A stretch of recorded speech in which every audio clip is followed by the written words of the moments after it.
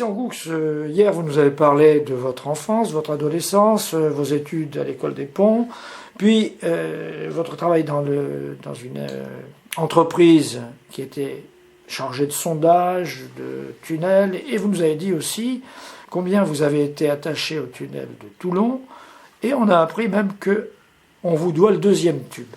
Aujourd'hui, on va parler de l'autre aspect de votre vie, c'est la politique. Quand est-ce que Christian Goux entre en politique? Ah, comme toujours, la vie, c'est une suite de hasards. Bon, j'étais un professeur d'économie bien connu quand j'ai réussi au concours de 1966. Donc j'étais ce qu'on appelle un économiste de gauche. Un économiste de gauche, donc j'allais ma vie, mais je ne pensais pas du tout me lancer en politique. Et puis brutalement, un jour, je reçois un coup de téléphone de Jean-Pierre Chevènement, qui me dit, voilà, vous êtes un économiste connu, nous avons une réunion du cercle des experts, François Mitterrand souhaiterait vous rencontrer. Voilà. Bon, alors je suis donc rendu, à l'époque, je me rappelle plus où c'était, le Parti Socialiste, c'était dans le 18e arrondissement, je crois. Et je vais à une des réunions.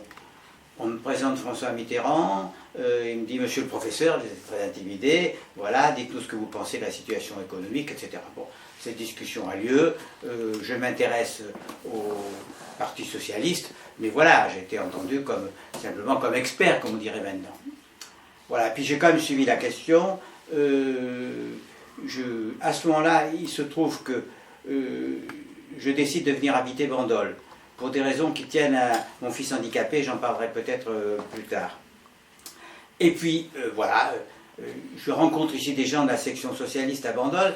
Il y a les 4 personnes, je me rappelle encore, on fait une première réunion dans une cave de Bandol. Donc, je me rappelle, on me dit, alors Christian, qu'est-ce qui se passe? Tu es ami avec Mitterrand? Ben, j'ai dit oui, enfin, c'était vraiment tout à fait au début. Voilà, donc on dit, mais il faut t'occuper de la politique. Bon, vous savez, c'était encore loin. Et puis voilà, 1974, mort de Georges Pompidou. À ce moment-là, je me dis, tiens, Georges Pompidou vient de mourir, élection présidentielle qui va se déclencher, bon, est-ce que je pourrais rendre quelques services au Parti Socialiste? Donc, je me rends c'est à la tour Montparnasse, où il y avait les bureaux, et je me présente la bouche en cœur, en disant, voilà, est-ce que je pourrais rendre service pour l'élection présidentielle, pour faire gagner François Mitterrand. Alors vous voyez ce que vous imaginez, remettez-vous dans l'histoire à l'époque, un jeune expert qui arrive, qui se présente, qui voulant dans une campagne qui allait se dérouler très, très courtement, voulant apporter ses services. Évidemment, on m'a dit, bah, très bien, monsieur Goux, laissez votre adresse, on va vous écrire, vous allez nous aider. Et puis voilà, donc je m'en vais, et je sors, qu'est-ce que je meurs? François Mitterrand qui arrivait à la tour Montparnasse. Il me dit, qu'est-ce que vous faites là, monsieur le professeur? Je lui dis, bah, écoutez, il me dit, vous allez faire équipe avec moi, ainsi que Rocard et Attali.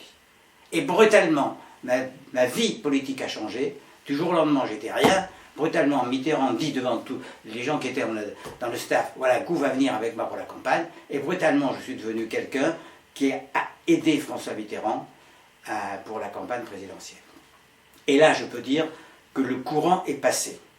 Il y a eu évidemment Rocard et Attali, qui étaient des personnalités tout à fait différentes. Mais moi, Mitterrand m'a découvert, et je l'ai découvert aussi, et je peux dire, sympathie, ça ne veut rien dire, mais j'ai compris que je faisais partie, à ce moment-là, des gens sur lesquels il pouvait compter. Et voilà, donc j'ai fait à côté, la campagne à ses côtés. Au dernier moment, j'ai passé la partie de samedi et le dimanche qui a précédé l'élection du deuxième tour, où il a été battu de grande justesse. J'étais rue de Bièvre, j'ai déjeuné avec lui. J'étais le seul. Lui, il y avait sa femme. Et donc voilà, et à ce moment-là, finalement, je suis rentré dans la politique. Alors il m'a dit, qu'est-ce que vous voulez faire, vous? Je lui ai dit, ben, écoutez, moi je vais me présenter aux élections. Alors j'ai vu un large sourire. Il a compris que je voulais faire de la politique comme on doit en faire, c'est-à-dire en s'engageant vraiment et pas en état de quelqu'un qui donne son avis. Voilà. Et donc voilà pourquoi je suis entré en politique de cette façon-là. Alors ce personnage que vous avez côtoyé, semble-t-il de très près, il est compliqué. Pendant un moment de très près, oui, il est très compliqué. Bon, il a comme tout le monde ses qualités et ses défauts.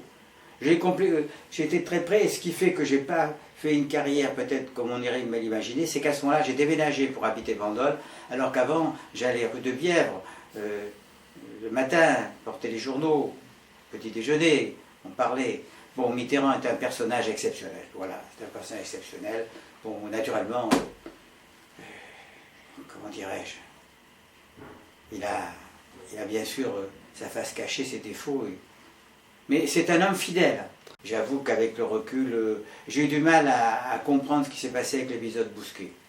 Ça a été très dur pour moi, parce que j'ai une grande famille de gaullistes. Bon, ça m'a amené à réfléchir sur ce que c'était que la fidélité et l'amitié. La politique, c'est très dur. Hein. On y rencontre le meilleur et le pire. Hein, on y rencontre le meilleur et le pire, c'est une lutte à mort.